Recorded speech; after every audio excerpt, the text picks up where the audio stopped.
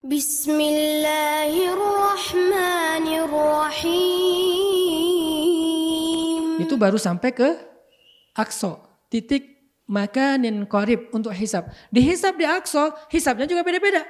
Ada yang hisabnya lama, ada yang hisabnya cepat. Siapa yang dapat hisab yang cepat? Yang gak ditanyain satu persatu. Karena amalan kita itu ditanya lebih detail daripada audit apapun di dunia. Kita diaudit aja lama banget. Audit keuangan. Atau mungkin lebih ke pengadilan di dunia kan lama banget ya. Berkali-kali datang ke pengadilan. Belum beres, balik lagi. Minggu depan datang lagi. Hanya kadang-kadang masalah sepele. Atau seorang suami istri ketika istrinya menuntut untuk fasakh atau khulu, minta cerai, itu kan pengadilannya aja berkali-kali sampai keluar surat cerai dari pengadilan agama misalnya. Itu aja ribet, baru satu kasus. Kebayang nanti di akhirat kasus kita sejak kita baligh usia 10 tahun udah mulai ditanya tuh. Satu hari mungkin hisabnya bisa sekitar 1 tahun lebih, 1 hari doang. Karena dalam 1 hari 24 jam itu entah apa aja dosa-dosa yang kita lakukan. Belum lagi dengan orang lain. Orangnya mana sekarang? Datangin dulu orangnya. Jadi saksi dulu. Debat dulu. Saling hujat dulu. Saling menuntut dulu dan seterusnya. Panjang. Terus siapa yang dimudahin hisabnya? Sehingga gak perlu pengadilan sepanjang itu dan langsung diputuskan dia bebas. Bahkan bukan hanya bebas. Dapat ganti rugi. Bukan hanya dapat ganti rugi. Dapat kebaikan. Siapa? Was-sabiqun as-sabiqun. Di dunia penentuannya. Gak bisa lagi nanti di akhirat kita beramal soleh.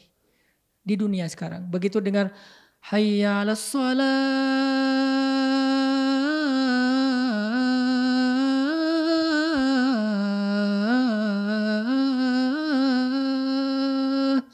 Wudu. Langsung jalan ke masjid.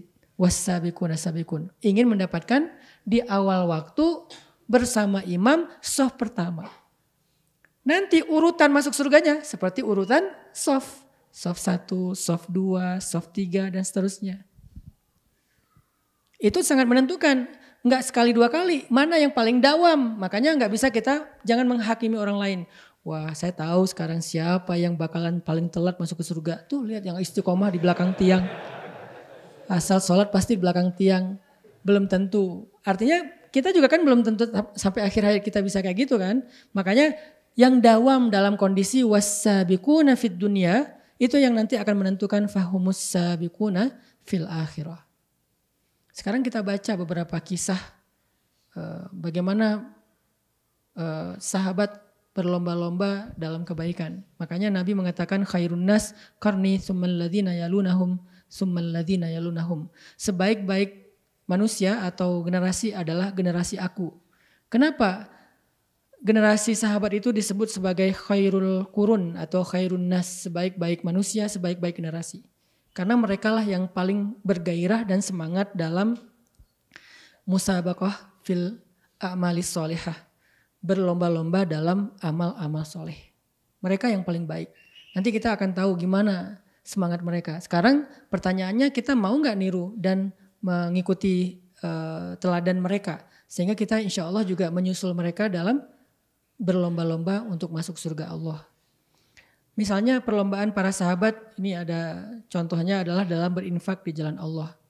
Amarona Rasulullah sallallahu alaihi wasallam an natasaddaq wa wafaqa dzalika malan indi. Fakultu al-yaum asbiqu Aba Bakrin. Umar mengatakan, jadi Umar itu dari dulu pengen banget ngalahin Abu Bakar. Jadi gak ada kata-kata, itu mah Abu Bakar. Saya gak akan mungkin ngalahin Abu Bakar. Itu kita, itu mah Rasul, itu mah Abu Bakar, itu mah Umar. Kalau sahabat semangatnya gak kayak gitu. Bukan itu mah, saya mah harus bisa ngalahin Abu Bakar. Saya harus bisa mendahului Abu Bakar. Itu semangat fastabiqul khairat. Beda sama semangat menyerah. Itu mah Abu Bakar gak mungkin ngalahin Abu Bakar. Masalahnya bukan siapa menang siapa kalah. Mau gak berlomba? Karena berlomba itu setidaknya walaupun kita kalah, kita lebih cepat daripada gak berlomba kan. Kita berenang sendiri nih. Kan santai tuh. Bisa jadi gini-gini tapi nggak pindah-pindah. Loh kok masih di sini sih?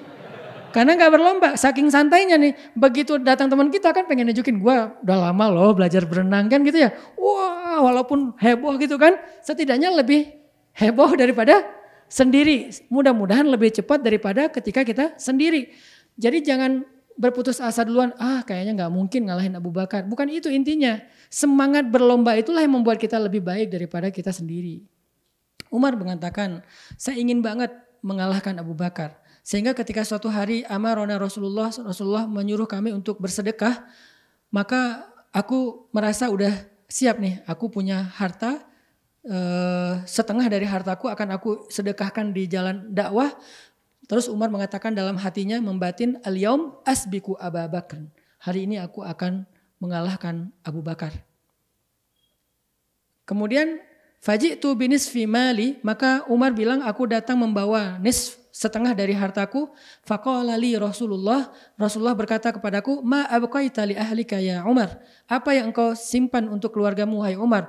Qultu mithlah, sama dengan yang aku berikan. Jadi yang aku berikan segitu, yang aku tinggalkan di rumah segitu. Jadi setengah-setengah. Tiba-tiba ata Abu Bakrin bikulli ma indahu. Tiba-tiba datanglah Abu Bakar membawa harta yang enggak terlalu banyak. Umar dalam hati mengatakan, nah aku ngalahin Abu Bakar nih. Maka Rasulullah bertanya, ya Abu Bakar, ma abqaita li ahlik, apa yang engkau sisakan untuk keluargamu? Kata Abu Bakar, abqaitu lahumullah wa rasulah. Tidak ada yang aku tinggalkan untuk keluargaku kecuali Allah dan Rasulnya. Umar kaget, Allah dan Rasulnya itu artinya gak ada yang tersisa di rumah Abu Bakar. Kalau kita masih nanya, maksud lo? Saking lolanya kita ya. Sahabat kan pintar-pintar, makanya jadi orang muslim itu harus cerdas, harus smart, jangan polos-polos amat. Perdebatan tentang hal yang polos, penulisan yang benar tentang insya Allah. Insya Allah atau insya Allah atau receh banget sih. Gak elegan, muslim itu elegan, ngomong sepintas tapi pemahamannya dalam. Coba baca bait-bait syair para ulama kita. Kalau ngejelasin sesuatu itu singkat. Tapi pas dibedah panjang banget, bisa jadi satu buku sendiri. Itulah kecerdasan kaum muslimin dari zaman sahabat sampai zaman-zaman kejayaan Islam. Sehingga ketika Abu Bakar mengatakan, abaqaitu lahumullah wa rasulah, aku tinggalkan untuk keluargaku Allah dan Rasul, itu udah jelas maksudnya gak ada yang tersisa di rumah Abu Bakar kecuali yakin kepada Allah dan taat kepada Rasul. Umar mengatakan, la usabiquka ala syai'in abada ya Abu Bakar. Aku gak bisa ngalahin kamu wahai Abu Bakar dalam hal apapun di antara kebaikan. Ini takjubnya Umar kepada Abu Bakar. Abu Bakar terus kayak gitu juga. Merasa udah puas diri. Enggak, Abu Bakar berlombanya dengan siapa? Dengan Rasul. Yang pernah saya cerita juga. Nanya ke anaknya, putrinya. Yang itu istrinya Rasulullah sendiri. Karena yang paling tahu Abu Bakar dan paling tahu Rasulullah. Dia sebagai anaknya Abu Bakar, istrinya Rasulullah. Ya Aisyah.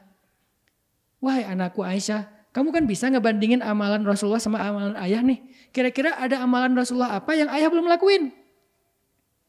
Dipikir-pikir sama Aisyah. Artinya kan udah hampir semua dilakuin tuh. Kalau kita gak perlu mikir banyak. Kalau Aisyah kan mikir apa ya. Berarti kan Abu Bakar hampir sama Rasulullah. Sampai Aisyah aja harus mikir kan. Oh ada, Rasulullah selalu ngasih makan seorang pengemis tua yang buta yang ada di ujung pasar. Itu yang Abu Bakar gak tahu. Yang lain seolah-olah udah semuanya dilakukan sama Abu Bakar. Ini namanya fastabiqul khairat. Walaupun pada akhirnya Abu Bakar juga sadar gak akan pernah bisa ngalahin Rasulullah. Setidaknya dalam urusan kelembutan dan kasih sayangnya Rasul. Walaupun sama-sama ngasih makan, beda lembutnya. Abu Bakar rotinya gak direndam dulu, gak dihancurin dulu, langsung ngasih aja sampai orang keselak. Rasulullah rotinya karena ini orang tua udah ompong, ya direndam dulu sama air, dihancurin yang lembut, dikasih madu, disuapin sama orangnya tinggal telan. Abu Bakar, Pak ini. Orangnya, kamu siapa? Saya orang yang biasa. Enggak, beda. Apa bedanya? Orang yang sebelum kamu itu lembut. Dia kalau ngasih itu rotinya udah hancur, udah lembut, saya tinggal nelen. Kamu. Tahu enggak siapa Bapak orang yang biasa itu? Orang yang biasa itulah Rasulullah. Baru orang yang nangis karena selama ini orang itu ternyata selalu mencela orang yang di depannya yang ngasih dia makan. Coba bayangin kita digituin. Udah dicampur macam-macam ya. Ya ini Pak silakan Pak, mudah-mudahan tenang di alam sana. Karena kita sebel kan, Rasulullah kan gak gitu. Ternyata Abu Bakar akhirnya paham, gak bisa ngalahin Rasulullah saking istimewanya Rasul. Tapi apakah Abu Bakar mengatakan itu di awal untuk tidak berlomba? Enggak, tahu gak mungkin ngalahin Rasul. Umar tahu gak mungkin ngalahin Abu Bakar. Begitu juga sahabiat tahu gak mungkin ngalahin Sayyidah Khadijah, Sayyidah Aisyah, gak mungkin. Tapi mereka gak bilang itu sebagai sebuah excuse untuk tidak berlomba. Akhirnya mereka bawa setengah harta saya, Abu Bakar bawa sedikit, tapi seluruh hartanya kalah. Semangat lagi dalam beramal soleh dan seterusnya kayak gitu. Syukran ya Rabbi, syukran, hadaita qalbi, syukran.